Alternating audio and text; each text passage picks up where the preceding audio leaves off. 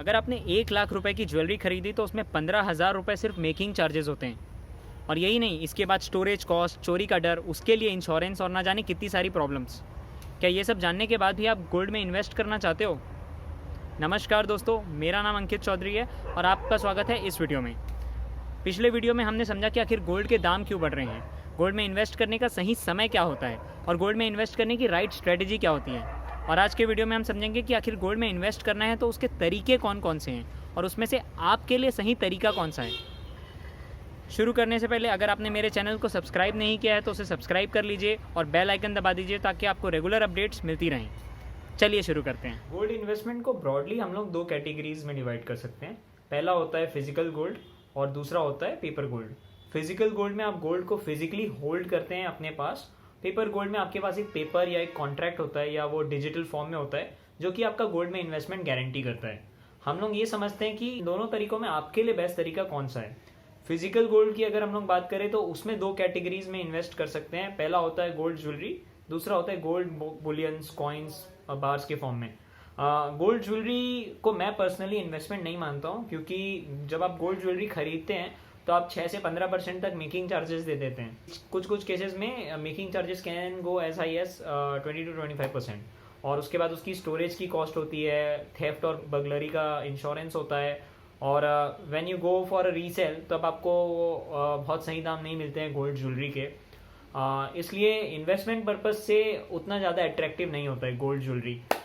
Having said that, लेकिन gold jewellery के अपने मायने हैं, उनका सिग्निफिकेंस है हमारी कल्चर में। विमेन लाइक गोल्ड ज्वेलरी, इसलिए अगर आपको गोल्ड ज्वेलरी परचेज करना है तो बेशक करिए, लेकिन don't look at it as an investment.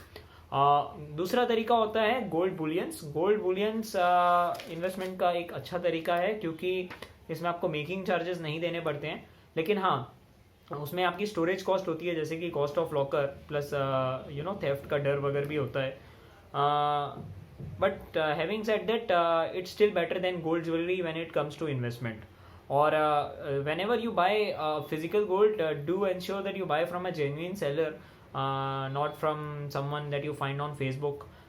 Reason being, बहुत इसमें मिस सेलिंग होती है, इसलिए you need to ensure that you are getting good quality gold, वो अच्छे से सर्टिफाइड है, लाइक BIS, हॉलमार्क और अन्य जो भी सर्टिफिकेट बाय अथॉरिटीज़ हैं वो सर्टिफाइड गोल्ड है, plus you are possessing a bill of it.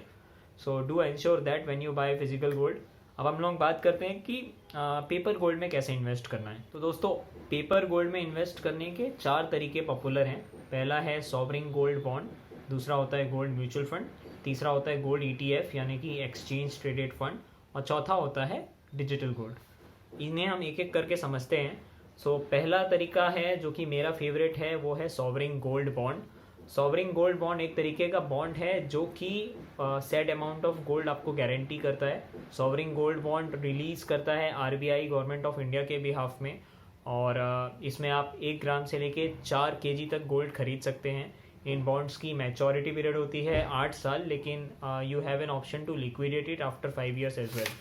और साथ ही आप इन्हें स्टॉक एक्सचेंज में भी सेल कर सकते हैं।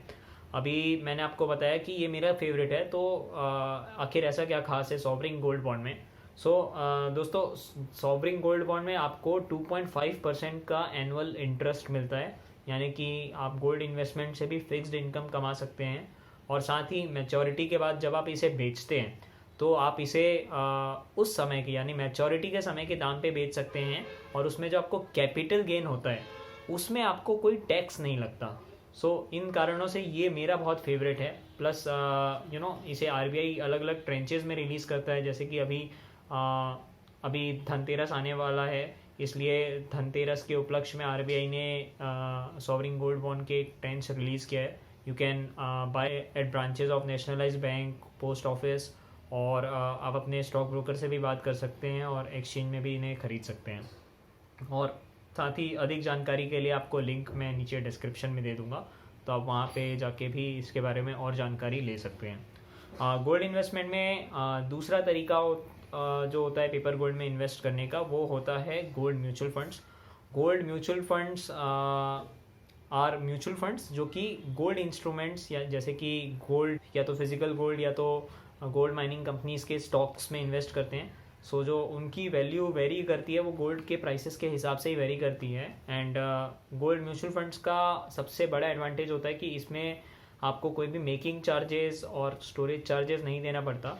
लेकिन हाँ, इसमें आपको एक फ़ीस लगती है जो कि बहुत माइन्यूट होती है, 0.1% की फ़ीस लगभग होती है। वो होती है एक्सपेंस रेशियो, जो कि फ़ीस होती है म्यूचुअल फंड की, ताकि वो आपके बिहाफ में आपका पैसा मैनेज करे गोल्ड में इन्वेस्ट करके।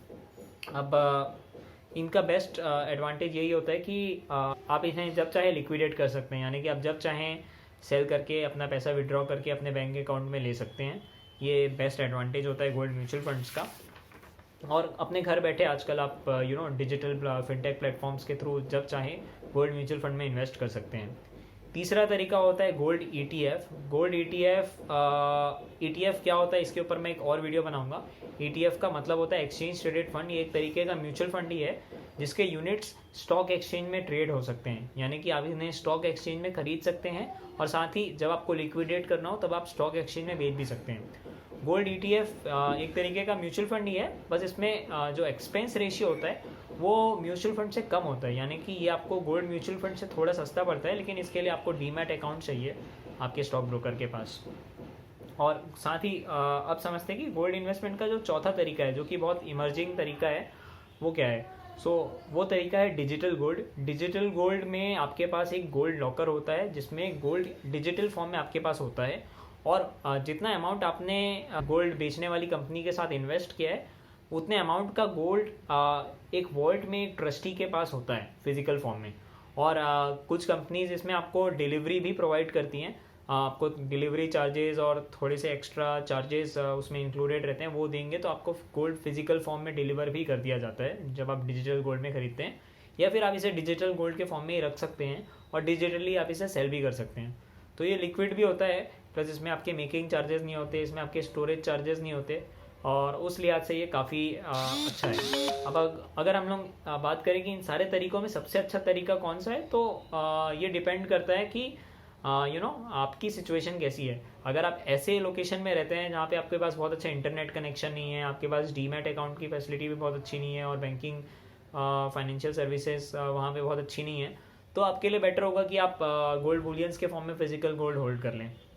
और अगर आपके पास डीमैट अकाउंट नहीं है तो आप गोल्ड म्यूचुअल फंड्स में इन्वेस्ट कर सकते हैं या डिजिटल गोल्ड में इन्वेस्ट कर सकते हैं अगर आपके पास इंटरनेट फैसिलिटी वगैरह अच्छी है थ्रू फिनटेक प्लेटफॉर्म्स। और अगर आपको अपने गोल्ड इन्वेस्टमेंट से फिक्स्ड इनकम चाहिए तो आपके लिए बेस्ट तरीका होता है गोल्ड बॉन्ड में इन्वेस्ट करने का। और अगर आपको अपना कॉस्ट कम रखना है, आपको फिक्स्ड इनकम नहीं चाहिए बट आपको लिक्विडिटी चाहिए, तो फिर आपके लिए बेस्ट तरीका होता है गोल्ड ETF में इन्वेस्ट कर लो। तो ये सारे तरीके आपके पास अवेलेबल हैं, depending on your convenience and your requirements. आप चूज़ कर सकते हैं आप किस तरीके से आप गोल्ड में इन्वेस्ट करना चाहते हैं। तो मैं उम्मीद करता हूँ कि ये वीडियो आपके काम आएगा, और अगर आपको ये वीडियो अच्छा लगा तो आप इसे लाइक करिए। अगर आपके कोई सुझाव हो या कोई सवाल हो तो आप मुझे कमेंट्स में बता सकते हैं, मैं आपको रिप्लाई करूँगा। और साथ ही अगर आपको लगता है कि ये वीडियो यूज़फुल है तो इसे अपने फ्रेंड्स एंड फैमिली के साथ शेयर करिए ताकि वो भी इसका बेनिफिट उठा सकें। Thank you.